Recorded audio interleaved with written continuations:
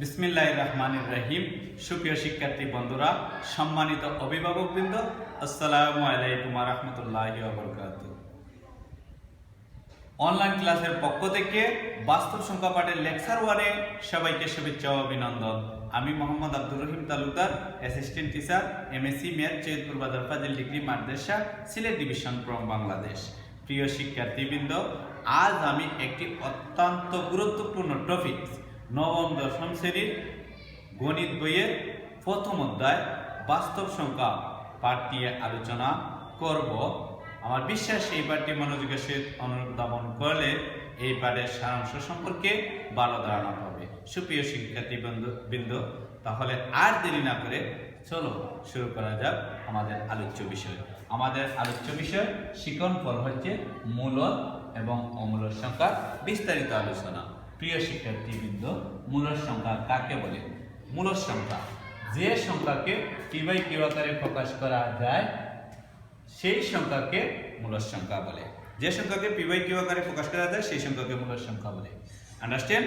তবে শর্ত হচ্ছে তিনটি, যেখানে p ও q পূর্ণ সংখ্যা।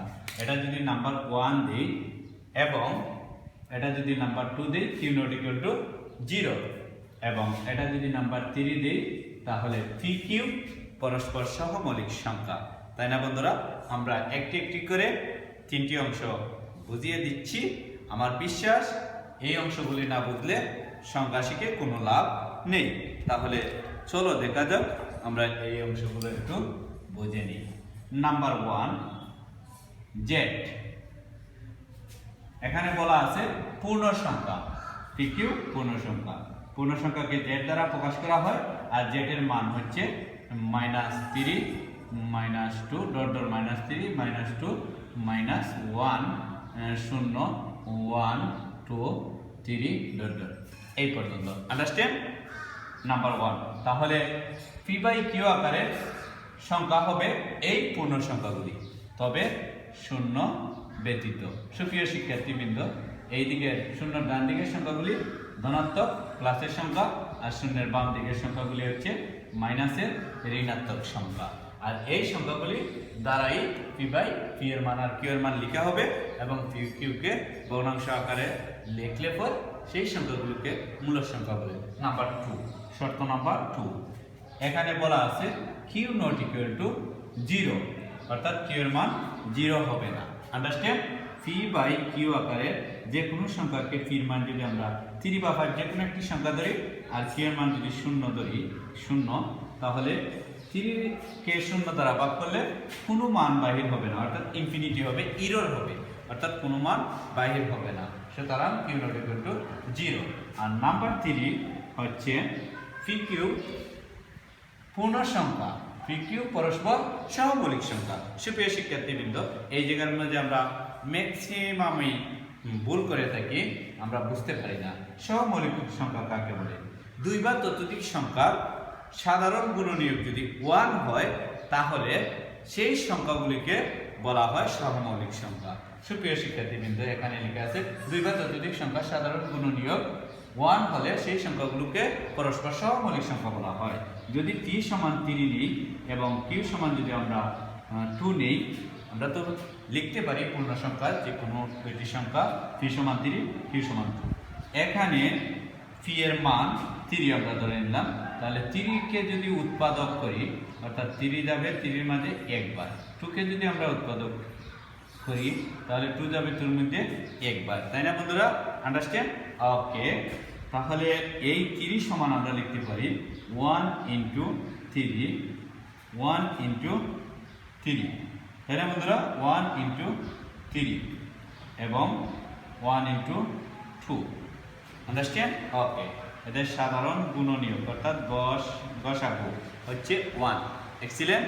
ওকে, আন্ডারস্ট্যান্ড? সুতরাং 3 এবং 2 পরস্পর সহমৌলিক সংখ্যা।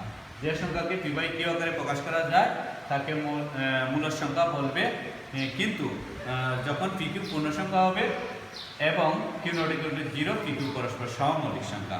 আন্ডারস্ট্যান্ড? সেই সব সংখ্যা হচ্ছে মূলদ সংখ্যা। আমরা এখন মূলদ সংখ্যার বৈশিষ্ট্যগুলো একটু লিখে নিব। মূলদ সংখ্যার বৈশিষ্ট্য কি হতে পারে? নাম্বার ওয়ান, আমরা যে কোনো একটি সংখ্যা নেব। উদাহরণ দেওয়ার আগে মূলদ সংখ্যার বৈশিষ্ট্য, মূলদ সংখ্যার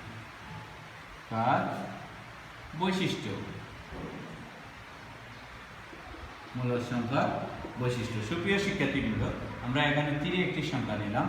আমরা জানি যে কোনো সংখ্যা লেখা মাত্র পাওয়ার 1 সহগ 1 ডিভাইডেড 1।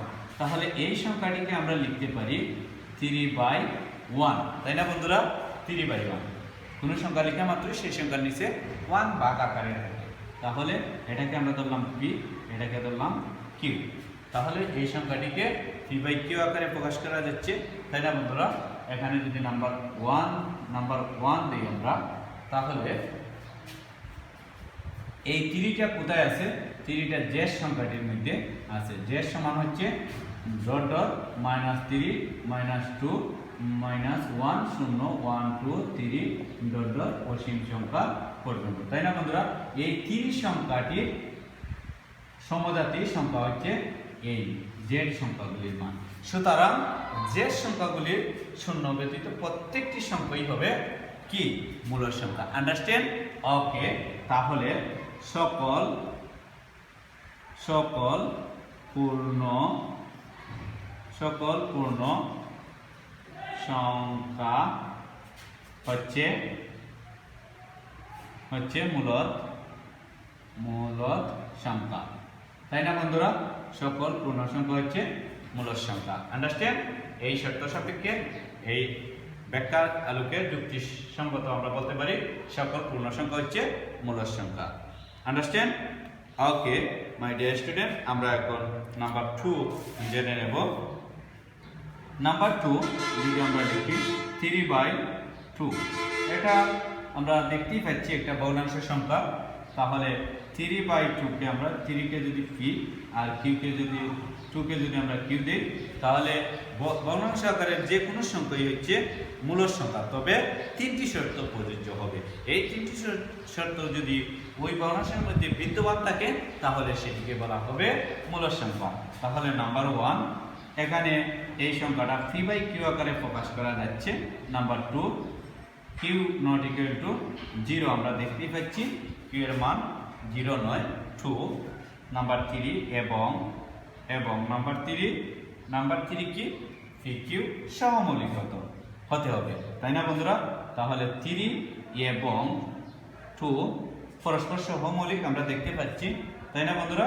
কারণ 3 এবং 2 এর গসাগু, অর্থাৎ 3 ও 2 এর গসাগু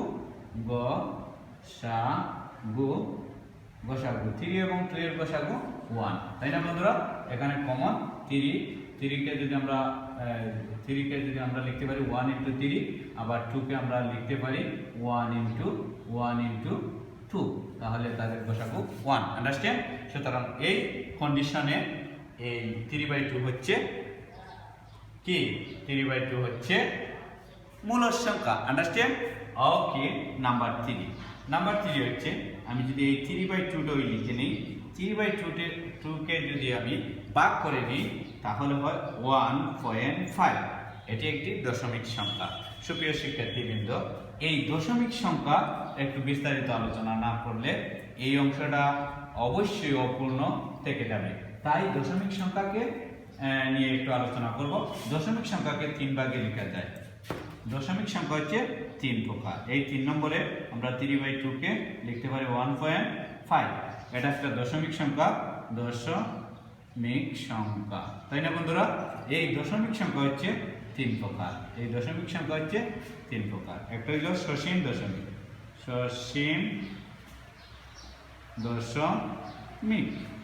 আরেকটা হচ্ছে আবৃত দশমিক, আর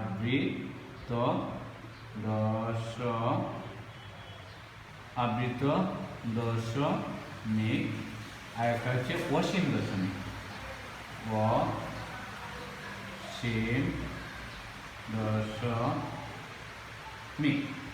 এটা হচ্ছে সসীম দশমিক, আবৃত দশমিক আর অসীম দশমিক। তাহলে এখানে হচ্ছে 1.5 তাই না বন্ধুরা? ওকে এক্সিলেন্ট। 3/2 কে ভাগ করলে হয় 1.5। এটা হচ্ছে সসীম দশমিক। আর সসীম দশমিক এটা 3 নাম্বার যদি আমরা এখানে লিখি তাহলে এই সসীম দশমিকে হচ্ছে মূলদ সংখ্যা। আরেকটি দশমিকের সংখ্যা আমরা লিখতে পারি 3.55585 ইত্যাদি ডট ডট। তাহলে এটা হচ্ছে অসীম দশমিক সংখ্যা। তবে এখানে একটা ফর্মুলা এসে যায়, একই সংখ্যা যদি বারবার আসে বা দুইটি সংখ্যা, তিনটি সংখ্যা, তিনটি ডিজিট, দুইটি ডিজিট, একটি ডিজিট যদি বারবার আসে দশমিকের পর, তাহলে সেটার একটা নিয়ম হচ্ছে যে আমরা লিখতে পারি 3 পৌনঃপুনি, অর্থাৎ 3.5 পৌনঃপুনি। এটা যদি আমরা 10 কে যদি আমরা 3 দ্বারা ভাগ করি তাহলে এই সংখ্যাটি হয়। তাহলে এই ক্ষেত্রে এটি সসীম হয়ে গেল, অর্থাৎ আবৃত দশমিক হয়ে গেল। এই আবৃত দশমিক হচ্ছে মূলদ সংখ্যা। Understand my dear student? Okay, thank you so much. এখন আমরা একটি সংখ্যা লিখব, সেটি হচ্ছে 1.414213563 ডট ডট এই ইত্যাদি। এটা হচ্ছে √2 এর মান। √2 এর মান এই অসীম। এটা হচ্ছে অসীম সংখ্যা। আর অসীম সংখ্যা হচ্ছে অমূলদ সংখ্যা। অসীম সংখ্যা অমূলদ সংখ্যা। সুপ্রিয় শিক্ষার্থীবৃন্দ, আশা করি এই পর্যন্ত আপনারা বুঝে গিয়েছো, আপনারা বুঝতে পেরেছো। তাহলে এখন আমরা অমূলদ সংখ্যা নিয়ে আলোচনা করব। সুপ্রিয় শিক্ষার্থীবৃন্দ, অমূলদ সংখ্যা হচ্ছে মূলদ সংখ্যার বিপরীত। মূলদ সংখ্যার বিপরীত হচ্ছে অমূলদ সংখ্যা। আন্ডারস্ট্যান্ড? তাহলে এখানে অমূলদ সংখ্যা হবে যে সংখ্যাকে p/q আকারে প্রকাশ করা যায় ছিল, এখানে হবে না, প্রকাশ করা যায় না। সেই সংখ্যাকে এখানে ছিল মূলদ সংখ্যা, সেই সংখ্যাকে অমূলদ সংখ্যা বলে।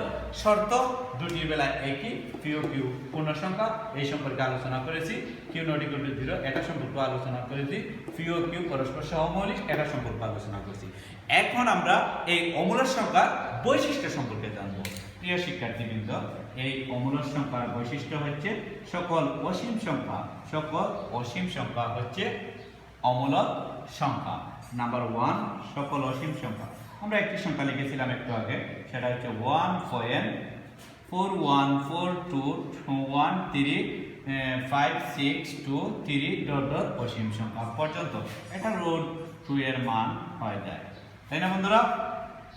নাম্বার 2, তাহলে অমূলদ সংখ্যা কোনগুলি? অর্থাৎ যে সংখ্যাকে p/q আকারে প্রকাশ করা যায় না তাকে অমূলদ সংখ্যা বলে। পূর্ণবর্গ নয় এরূপ যে কোনো সংখ্যার বর্গমূল। পূর্ণবর্গ নয়, দুইটা শর্ত। একটা হলো পূর্ণবর্গ হইলে সেটা হচ্ছে অমূলদ সংখ্যা, পূর্ণবর্গ নয়, অর্থাৎ যেসব সংখ্যা পূর্ণবর্গ নয় সেই সব সংখ্যার বর্গমূল হচ্ছে মূলদ সংখ্যা। আর পূর্ণবর্গ যে সংখ্যা, সেই সংখ্যা আবার মূলদ সংখ্যা হয়ে যায়। সুপ্রিয় শিক্ষার্থীবৃন্দ, আমরা নাম্বার 2 এ আমরা লিখব পূর্ণবর্গ নয় যেসব সংখ্যা। 2 পূর্ণবর্গ নয়। 2 3 5 2 3 5 6 7 8 10 11 12 13 এইভাবে আরো অনেক সংখ্যা রয়েছে। এই সংখ্যাগুলি হচ্ছে পূর্ণবর্গ নয়। আর পূর্ণবর্গ নয় সেই সংখ্যার বর্গমূল। সেই সংখ্যার বর্গমূল হচ্ছে রুট। সেই সংখ্যার বর্গমূল হচ্ছে root. Understand? Okay, excellent my dear student. এই বর্গমূল হচ্ছে রুট। পূর্ণবর্গ নয় সেই সংখ্যা বর্গমূল হচ্ছে রুট। এই বর্গমূল হচ্ছে রুট। সুতরাং এই সংখ্যাগুলিকে বলা হয় অমূলদ সংখ্যা। Understand? Okay, excellent my dear student. Number 3, পূর্ণবর্গ সংখ্যা কোনগুলি? পূর্ণবর্গ সংখ্যাগুলি হচ্ছে কি বলো তো? পূর্ণবর্গ আমরা যদি 1 এর স্কয়ার দিই তাহলে 1, 2 এর উপরে যদি স্কয়ার দিই তাহলে হচ্ছে 4, 3 এর উপরে স্কয়ার দিয়ে দিই তাহলে হচ্ছে 9, 4 এর উপরে স্কয়ার 16, আবার যদি 5 এর উপরে স্কয়ার দিই তাহলে হচ্ছে 25, 6 এর উপরে স্কয়ার দিলে 36, 7 এর উপরে স্কয়ার দিলে 49, 8 এর উপরে স্কয়ার দিলে 8 এর উপরে স্কয়ার দিলে এত, 9 এর উপরে স্কয়ার দিলে 81। এভাবে আরো রয়েছে। এই সংখ্যাগুলি হচ্ছে পূর্ণবর্গ সংখ্যা। এই সংখ্যাগুলি হচ্ছে পূর্ণবর্গ সংখ্যা। এই সংখ্যাগুলিকে যদি আমরা বর্গমূল করি তাহলে সেটি হয়ে যায় পূর্ণ সংখ্যা। এক্সাম্পল স্বরূপ আমরা বলতে পারি কিভাবে হয় সেটাকে আমরা একটু আলোচনা করে নিই। এই সংখ্যাগুলি আমি যদি একটি সংখ্যা 9 দিই, এটা হলো পূর্ণবর্গ সংখ্যা। এটা কি পূর্ণবর্গ সংখ্যা, তাই না বন্ধুরা? পূর্ণবর্গ সংখ্যা। এই পূর্ণবর্গ সংখ্যা বর্গমূল মানে রুট, আর রুটকে আমরা যদি 3 স্কয়ার লিখতে পারি তাহলে রুটের স্কয়ার বা 3। এই 3টা হচ্ছে কোন সংখ্যাটির সমান? জেড সংখ্যাটির সমান। আর সকল জেড হচ্ছে মূলদ সংখ্যা, সকল জেড হচ্ছে মূলদ সংখ্যা। তাহলে পূর্ণবর্গ সংখ্যার বর্গমূল মূলদ সংখ্যা, তাই না বন্ধুরা? সুতরাং পূর্ণবর্গ নয় যেগুলি, সেই সংখ্যাগুলির বর্গমূল হচ্ছে অমূলদ সংখ্যা। I think that understand everyone. You will be try practice and practice, more practice, you will be success. There is nothing impossible for men. সুপ্রিয় শিক্ষার্থীবৃন্দ, আমার সাথে এ পর্যন্ত থাকার জন্য সবাইকে ধন্যবাদ। আজকে মূলত অমূলদ সংখ্যা নিয়ে আলোচনা করেছি। আগামী দিন আমরা রুট 3 একটি অমূলদ সংখ্যা, সেই সম্পর্কে বিস্তারিত এই সংখ্যাগুলি নিয়ে আলোচনা করব। আপনারা বাড়ির কাজ হচ্ছে হোমওয়ার্ক, আপনারা করবে রুট 2 একটি অমূলদ সংখ্যা। ধন্যবাদ, সবাই ভালো থাকবে। আমার সাথে এ পর্যন্ত থাকার জন্য সবাইকে ধন্যবাদ। আল্লাহ হাফেজ।